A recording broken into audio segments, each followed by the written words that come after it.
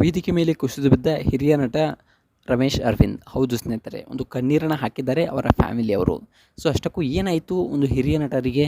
So ಮೊಟ್ಟ ಮೊದಲನೇದಾಗಿ ಹೇಳಬೇಕಪ್ಪ ಅಂತಂದರೆ, ನಮ್ಮ ಕನ್ನಡ ಇಂಡಸ್ಟ್ರಿಯಲ್ಲಿ ಹಿರಿಯ ನಟರು ಯಾರಾದರೂ ಇದ್ದರೆ ಒಂದು ಶಿವರಾಜ್ ಕುಮಾರ್ ಬಿಟ್ಟರೆ ಒಂದು ರಮೇಶ್ ಅರವಿಂದ್ರವರು ಅಂತಕ್ಕಂಥದ್ದನ್ನು ನಾವು ಇಲ್ಲಿ ಹೇಳ್ಬೋದು. ಆದರೆ ಇತ್ತೀಚೆಗೆ ಹೇಳಬೇಕಪ್ಪ ಅಂತಂದರೆ, ಒಂದು ರಮೇಶ್ ಅರವಿಂದ್ರವರು ಹೆಚ್ಚಾಗಿ ಒಂದು ಸಕ್ರಿಯರಾಗಿಲ್ಲ ಕನ್ನಡ ಇಂಡಸ್ಟ್ರಿಯಲ್ಲಿ. ಸೊ ಒಂದು ಶಿವರಾಜ್ ಕುಮಾರ್ ಅಷ್ಟೇ ಒಂದು ಕನ್ನಡ ಇಂಡಸ್ಟ್ರಿಯಲ್ಲಿ ಸಕ್ರಿಯರಾಗಿದ್ದಾರೆ. ಸೊ ಒಂದು ವೇದಿಕೆ ಮೇಲೆ ಇದ್ದಕ್ಕಿದ್ದ ಹಾಗೆ ಮಾತನಾಡ್ತಿರ್ಬೇಕಾದ್ರೆ ಒಂದು ಕುಸಿದು ಬಿದ್ದಿದ್ದಾರೆ ಅಂತಕ್ಕಂಥ ಸುದ್ದಿಗಳು ಕೇಳಿ ಬರ್ತಾ ಇವೆ.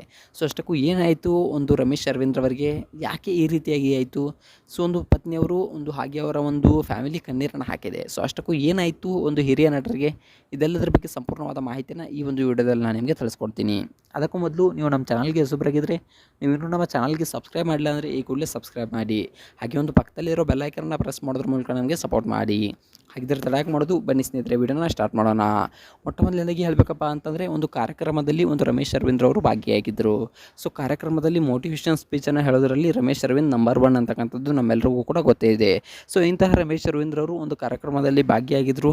ಅದೇ ಕಾರ್ಯಕ್ರಮದಲ್ಲಿ ಹಲವಾರು ಗಣ್ಯ ವ್ಯಕ್ತಿಗಳು ಕೂಡ ಭಾಗಿಯಾಗಿದ್ದರು. ಸೊ ಹಲವಾರು ಗಣ್ಯ ವ್ಯಕ್ತಿಗಳು ಭಾಗಿಯಾದಂಥ ಸಮಯದಲ್ಲಿ ಒಂದು ಡಿ ಕೆ ಶಿವಕುಮಾರ್ ಅವರು, ಅಂದರೆ ಇಂದಿನ ಮುಖ್ಯಮಂತ್ರಿ, ಅಂದರೆ ಸದ್ಯದ ಮುಖ್ಯಮಂತ್ರಿ ಆದಂತಹ ಡಿ ಕೆ ಶಿವಕುಮಾರ್ ಅವರು ಕೂಡ ಆ ಒಂದು ವೇದಿಕೆ ಮೇಲೆ ಆಸೀನರಾಗಿದ್ದರು. ಸೊ ಡಿ ಕೆ ಶಿವಕುಮಾರ್ ಅವರು ಮಾತನಾಡ್ತಾ ಹೇಳಿದರು.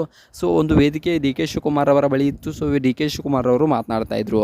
ಸೊ ತುಂಬಾ ಸಾಧನೆಯನ್ನು ಮಾಡಿ, ಸೊ ನಾವು ಏನಾದರೂ ಮಾತನಾಡೋದಿದ್ದರೆ ರಾಜಕೀಯ ಬಗ್ಗೆ ಮಾತ್ರ ಮಾತನಾಡ್ತೇವೆ. ಸೊ ಹೆಚ್ಚಾಗಿ ನಮಗೆ ಮಾತನಾಡೋಕ್ಕೆ ಬರೋದಿಲ್ಲ. ಅದಕ್ಕಾಗಿ ನಾನು ವೇದಿಕೆಯನ್ನು ಒಂದು ನಮ್ಮ ಅತ್ಯಂತ ಗಣ್ಯ ವ್ಯಕ್ತಿ ಆದಂಥ ಒಂದು ರಮೇಶ್ ಅರವಿಂದ್ ಅವರಿಗೆ ಬಿಟ್ಕೊಡ್ತೀನಿ. ಯಾಕಪ್ಪ ಅಂತಂದರೆ, ಸಾಧನೆ ಅಂದರೆ ಏನು, ಯಾವ ರೀತಿಯಾಗಿ ಸಾಧನೆ ಮಾಡಬೇಕು, ಜೀವನದಲ್ಲಿ ಯಾವ ರೀತಿಯಾಗಿ ಒಂದು ಬೆಳಿಬೇಕು ಅನ್ನೋದ್ರ ಬಗ್ಗೆ ಎಲ್ಲದರ ಬಗ್ಗೆ ಸಂಪೂರ್ಣವಾದ ಮಾಹಿತಿಯನ್ನು ಕೊಡ್ತಾರೆ.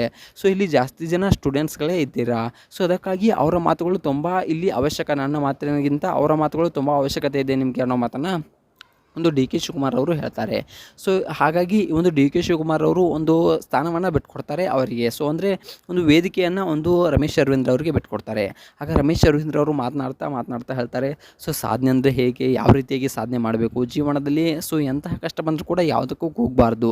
ಸೊ ಜೀವನದಲ್ಲಿ ಸಾಧನೆ ಅಂತಕ್ಕಂಥದ್ದು ಎಲ್ರಿಗೂ ಕೂಡ ತುಂಬಾ ಪರಿಶ್ರಮ ಅಂತಕ್ಕಂಥದ್ದು ತುಂಬಾ ಅವಶ್ಯಕ.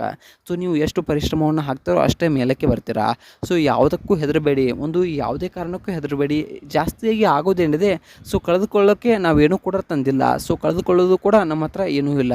ಸೊ ಯಾವುದಕ್ಕೂ ಕೂಡ ಒಂದು ತಲೆ ಕೆಡಿಸ್ಕೊಳ್ಬೇಡಿ. ಜೀವನದಲ್ಲಿ ಕಳೆದುಕೊಳ್ಳೋಕ್ಕೆ ನಾವೇನೂ ತಂದಿಲ್ಲ. ಸೊ ಹಾಗಾಗಿ ಯಾವುದೇ ಕಾರಣಕ್ಕೂ ತಲೆ ಕೆಡಿಸ್ಕೊಳ್ಬೇಡಿ ಅನ್ನೋ ಮಾತನ್ನು, ಒಂದು ಸಾಧನೆಗಳ ಮಾತುಗಳನ್ನು ಒಂದು ಹೇಳ್ತಾ ಹೋಗ್ತಿರ್ತಾರೆ. ಸೊ ಆಗ ಒಂದು ರಮೇಶ್ ಅರವಿಂದ್ ಅವರು ಹೇಳ್ತಾರೆ, ನಾನು ಕೂಡ ಜೀವನದಲ್ಲಿ ತುಂಬ ಕುಸಿದು ಬಿದ್ದಿದ್ದೆ. ಸೊ ಕಣ್ಣೀರನ್ನು ನಮ್ಮ ಫ್ಯಾಮಿಲಿ ಕೂಡ ಹಾಕಿತ್ತು.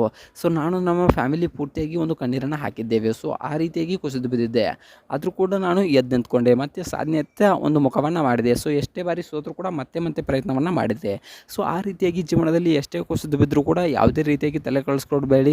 ಸೊ ಒಂದು ಸಾಧನೆ ಅಂತ ಮುಖ ಮಾಡಿ, ಸಾಧನೆಯನ್ನೇ ನಿಮ್ಮ ಜೀವನದ ಪರಿಶ್ರಮವನ್ನೇ ನಿಮ್ಮ ಜೀವನವನ್ನಾಗಿ ಮಾಡಿಕೊಳ್ಳಿ ಅನ್ನೋ ಮಾತನ್ನು ಒಂದು ರಮೇಶ್ ಅರವಿಂದ್ ಅವರು ಹೇಳ್ತಾರೆ. ಸೊ ಈ ರಮೇಶ್ ಅರವಿಂದ್ ಅವರ ಬಗ್ಗೆ ನಿಮ್ಗೆ ಏನು ಅನಿಸುತ್ತೆ ಅನ್ನೋದನ್ನು ಕಮೆಂಟ್ ಮಾಡಿ.